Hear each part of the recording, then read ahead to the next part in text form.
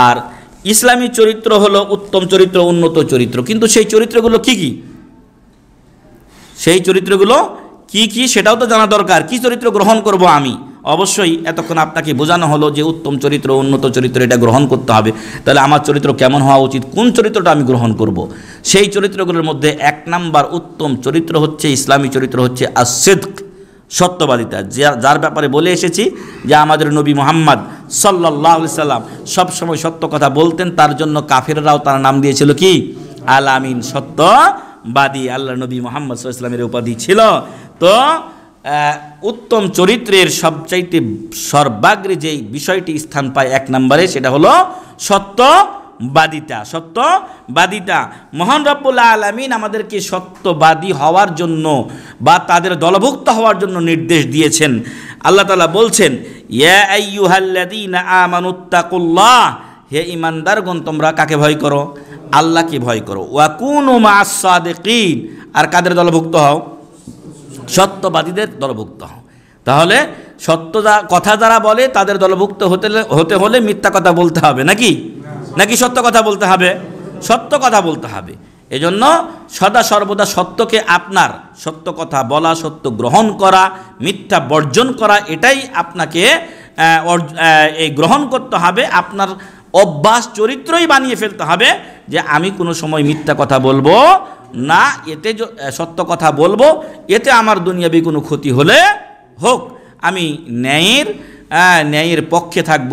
আর একটা কথা তো আপনাদের সবারই জানা, সত্যের কি হয়? সত্যের জয়। সত্যের জয় দেখবেন একদিন না একদিন সত্যের জয় হবেই হবে ইনশাআল্লাহ। সূরাতুত তাওবা 119 নম্বর আয়াত। আল্লাহ রাসূল সাল্লাল্লাহু আলাইহি সাল্লাম বলছেন, আলাইকুম বিসিদক, তোমরা সত্যকে মজবুত করে ধারণ করো। তোমাদের উপরে আবশ্যক হলো সত্যকে গ্রহণ করা। কেন?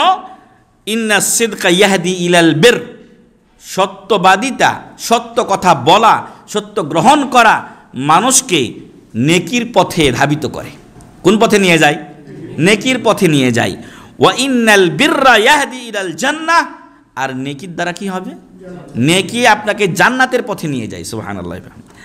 ওয়া ইন্নার রাজুলা লা ইয়াসদুকু হাত্তা ইউকতাবা ইনদাল্লাহি সিদ্দিকা, আর কোনো ব্যক্তি সত্য কথা যখন বলতে থাকে তখন আল্লাহর কাছে তার নামটা সিদ্দিক বলে লিখিত হয়ে যায়। সুবহানাল্লাহ। যখন কোনো ব্যক্তি সদা সর্বদা সত্য কথা বলে তখন সে কাদের দলভুক্ত হয়? সিদ্দিকিনদের কাতারে শামিল হয়ে যায়। আপনারা এই সিদ্দিকিনদের কাতারে শামিল হওয়ার জন্য আল্লাহর কাছে আমরা সবাই প্রার্থনা করি। আমরা অলরেডি করি। অনেকে হয়তো জানেন, অনেকে জানেন না। সদা সর্বদা আমরা আল্লাহর কাছে প্রার্থনা করি, ইহদিনাস সিরাতাল মুস্তাকিম, আল্লাহ আমাদেরকে সোজা পথ দেখান। সিরাতাল লাযিনা আনআমতা আলাইহিম, তাদের পথ দেখান যাদের প্রতি আপনি অনুগ্রহ করেছেন, দয়া করেছেন। এরা কারা? অন্য আয়াতে বলছেন আল্লাহ তাআলা, উলাইকাল লাযিনা আনআমাল্লাহু আলাইহিম, এরা তারা যাদের উপরে আল্লাহ অনুগ্রহ করেছেন, দয়া করেছেন। কারা তারা? মিনান নাবিয়্যিন ওয়াস সিদ্দিকিন, পেয়েছেন? মিনান নাবিয়্যিন ওয়াস সিদ্দিকিন ওয়াস শুহাদাই ওয়াস সালিহিন। নবী হওয়ার তো এখন সুযোগ নাই, শহীদের পথটাও অনেক কঠিন হয়ে গেছে। বাকি দুটো পথ আপনি গ্রহণ করতে পারেন। সিদ্দিকিন, আপনি সত্য কথা বলবেন, তাহলে এই দলের অন্তর্ভুক্ত আপনি হয়ে যাবেন। ওয়াস সালিহিন, এবং নেককার ও পরহেজগার, এই দলের অন্তর্ভুক্ত। এই 4 প্রকার লোকের উপরে আল্লাহ অনুগ্রহ করেছেন, দয়া করেছেন। কারা? নবীগণ, সিদ্দিকগণ, সত্যবাদীগণ, সোহাদা, শহীদগণ, সালেহীন, নেককার ও পরহেজগার ব্যক্তিরা। তো সম্মানিত ভাইয়েরা, আমরা সদা সর্বদা আল্লাহর কাছে প্রার্থনা করি। যদি এমনটি আমাদের প্রার্থনা হয় যেমনটি আমাদের সমাজে বিভিন্ন মাজারের অবস্থা, নামাজে দাঁড়াইছে মাজারের মসজিদে, নামাজে দাঁড়াইছে কোথায়? মাজারস্থ যে মসজিদ আছে এখানে নামাজ পড়লো, কি বলল? ইয়াকা না'বুদু ওয়া ইয়াকা নাস্তাঈন। নামাজে কি বলল? আল্লাহ আমরা তোমারই ইবাদত করি, তোমার কাছে সাহায্য চাই। আমার নিজের দেখা, এই জন্য আমি বলছি, চিশতিয়া মাজার শরীফ জাতীয় ঈদগাহের মাঠের সামনে যেই মাজারটা আছে এটা হলো চিশতিয়া। এখানে নামাজ পড়লো, নামাজের সময় বলল কি? ইয়াকা না'বুদু ওয়া ইয়াকা নাস্তাঈন, আল্লাহ তোমার ইবাদত করি, তোমার কাছেই সাহায্য চাই। তারপরে কি করলো, নামাজের পরে ওই মাজারে গেল, মাজারে গিয়ে বলছে, এখন দোয়া করতেছে কবরস্থ ব্যক্তির কাছে, বাবা বাচ্চা দাও, বাবা বিপদ দূর করো ইত্যাদি। তো আপনি নামাজে কি বললেন? নামাজে আপনি বললেন ইয়াকা নাবুদু ওয়া ইয়াকা নাস্তাইন, এখন সেটা কি নষ্ট করে দিলেন আপনি? আপনি আল্লাহর কাছে সাহায্য চান, তো এখন কার কাছে চাচ্ছেন আপনি?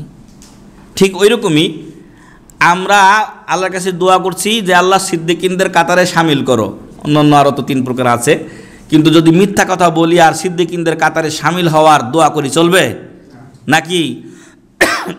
সত্য কথা বলতে হবে আর মিথ্যাটা পরিহার করতে হবে, সত্য বলতে হবে তারপরে দোয়া করতে হবে। আপনি মিথ্যা কথা বলবেন আর আল্লাহর কাছে দোয়া করবেন, চলবে না।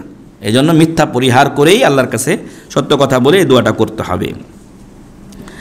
তো কোনো ব্যক্তি যখন সদা সর্বদা সত্য কথা বলে তখন সে রাসূল সাল্লাল্লাহু আলাইহি ওয়াসাল্লামের পরে শ্রেষ্ঠ ব্যক্তি হলেন কে? আবু বকর সিদ্দিক রাদিয়াল্লাহু আন, যার জন্য জান্নাতের কয়টা দরজা খোলা থাকবে? 8টা দরজা। জান্নাতের 8টা দরজা দিয়ে যাকে আহ্বান করা হবে তিনি হলেন আবু বকর সিদ্দিক রাদিয়াল্লাহু আন। রাসূল সাল্লাল্লাহু আলাইহি ওয়াসাল্লাম মাঝে মাঝে আয়েশা রাদিয়াল্লাহু আনহাকে কি বলতেন? ইয়া ইবনাতাস সিদ্দিক, হে আবু বকর সিদ্দিকের মেয়ে, সত্যবাদীর মেয়ে। আল্লাহু আকবার। যখন সবাই রাসূল সাল্লাল্লাহু আলাইহি ওয়াসাল্লামকে মিথ্যা বলেছিল, সত্য বলেছিলেন কে? আবু বকর রাদিয়াল্লাহু আনহু।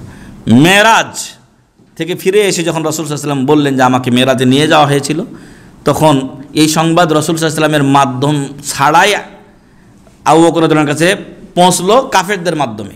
শুনছো, তোমার বন্ধু তো আরও বড় পাগল হয়ে আসছে। কি হয়েছে? বলছে যে তোমার বন্ধু বলছে যে সে নাকি রাত্রে বাইতুল মুকাদ্দাস গেছে, ওইখান থেকে আবার জান্নাত জাহান্নাম ঘুরে টুরে সব কিছু, তারপরে সে আসছে।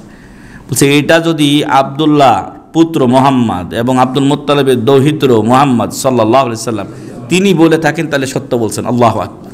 কত বড় একটা ঈমান, কত বড় তার সত্যবাদিতা ছিল নবী সাল্লাল্লাহু আলাইহি সাল্লামের প্রতি, যে তিনি তাকে বিশ্বাস করেন। এই কাফেররা এসেছে ভড়কানোর জন্য, যাতে আবু বকর উল্টে যান, কিন্তু আবু বকর বললেন যে এটা যদি মোহাম্মদ বিন আব্দুল্লাহ বিন আব্দুল মুত্তালিব বলে থাকেন তাহলে সত্য বলেছেন। আল্লাহু আকবার। সেই দিন থেকে তার নাম কি হয়ে গেল? সিদ্দিক। আল্লাহু আকবার। আবু বকর সিদ্দিক রাদিয়াল্লাহু আনহু। সেই সত্যবাদিতা গ্রহণ করতে পারবো তো ইনশাআল্লাহ? আল্লাহ যেন আমাদেরকে তৌফিক দান করেন, আল্লাহুম্মা আমিন। তাহলে সত্য কথা বলতে বলতে মানুষ সিদ্দিক বা সত্যবাদী আল্লাহর কাছে লিখিত হয়ে যায়। আল্লাহ যেন আমাদেরকে এই দলের অন্তর্ভুক্ত করেন, আল্লাহুম্মা আমিন। আল্লাহ রাসূল সাল্লাল্লাহু আলাইহি সাল্লাম বলছেন, মিথ্যা কথা বললে কি হয় জানেন? সব সময় চোরের মন পুলিশ। কোনো জায়গায় যদি আপনি মিথ্যা কথা বলেন, তাহলে এক মিথ্যার জন্য আরও 2-4-5টা মিথ্যা বলতে হয়। আর তার সাথে সাথে সবসময় আপনার অন্তরটা দূর করে কাঁপতে থাকে, আমার মিথ্যা কথাটা না জানি কে জেনে ফেললো, যদি ফাঁস হয়ে যায় তাহলে তো আমার মান-ইজ্জত যাবে, অথবা ধরা খাবো ইত্যাদি। তো আপনি যদি এগুলো পরিত্যাগ করে সত্য কথা বলতেন, তাহলে আপনি প্রশান্তিতে জীবনযাপন করতে পারতেন। আল্লাহ রাসূল বলছেন, আস-সিদকু তুমানিনাতুন, আস-সিদকু তুমানিনাতুন, সত্যবাদিতা হলো প্রশান্তি। সত্য কথা বলে দিয়েছেন, খালাস। এমনকি যদি আপনার ক্ষতিও হয় তবুও আপনার প্রশান্তি আসবে, কি সান্ত্বনা আসবে, আমি তো খারাপ পথে যাইনি, আমি তো হক পথে ছিলাম, যাক এটা নসিবে ছিল।